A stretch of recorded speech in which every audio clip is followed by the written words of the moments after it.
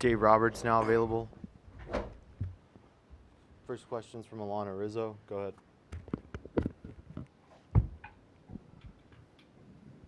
Dave, we've talked about it at length that Walker Buehler has already cemented himself as a big game pitcher. He seemed to prove that again today, bases loaded with nobody out. How has he developed right before your eyes?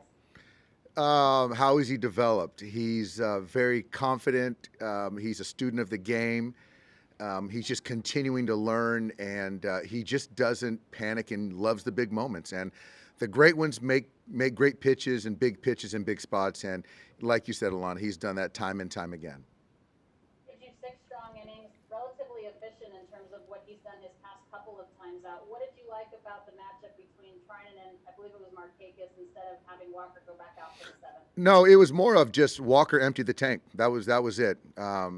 He was gassed, and I think the first couple innings, I think 2 of the 3, he was really stressed and had to make big pitches, and the play that Mookie made in that inning, and so there was a lot of emotion. So I just felt that that was it. He emptied the tank, and for me at that point in time, I'm just trying to shorten the game.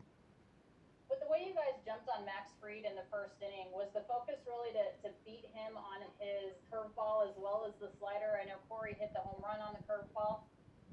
Yeah, that's what the thought was, because he was getting ahead with the breaking ball the first time through to many of our guys. So just to be aggressive on spin early, and to see Corey and JT jumpstart us was big. Fortunately, that proved to be enough.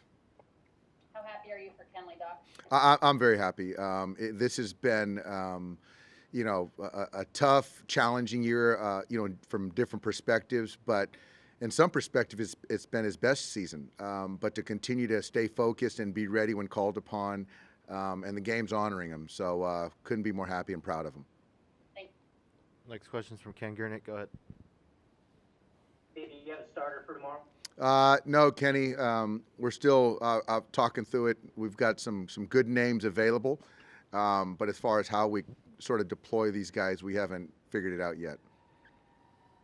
Next question's from Jorge Castillo. Go ahead.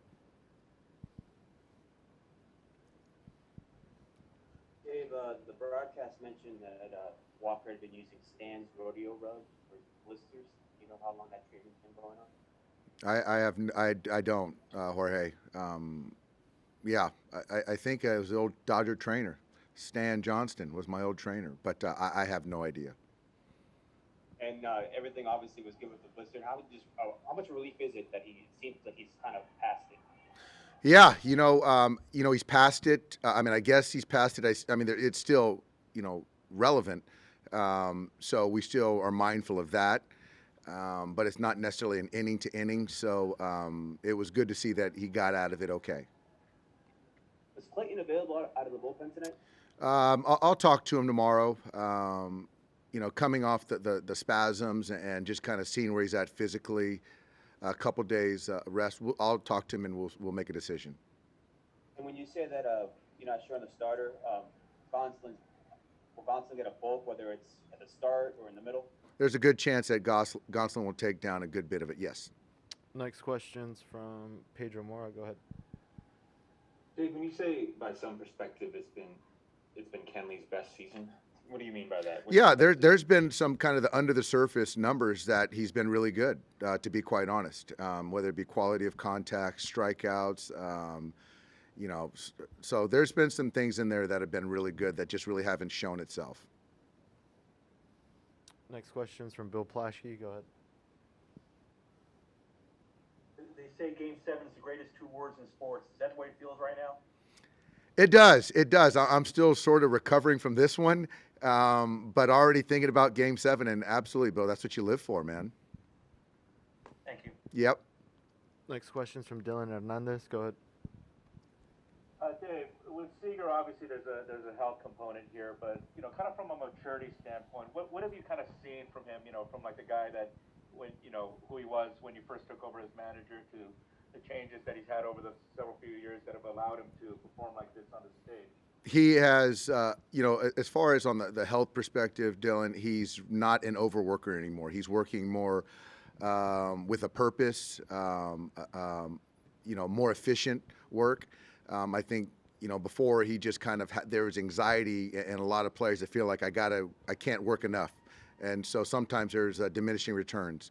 I think he's understood his body with that.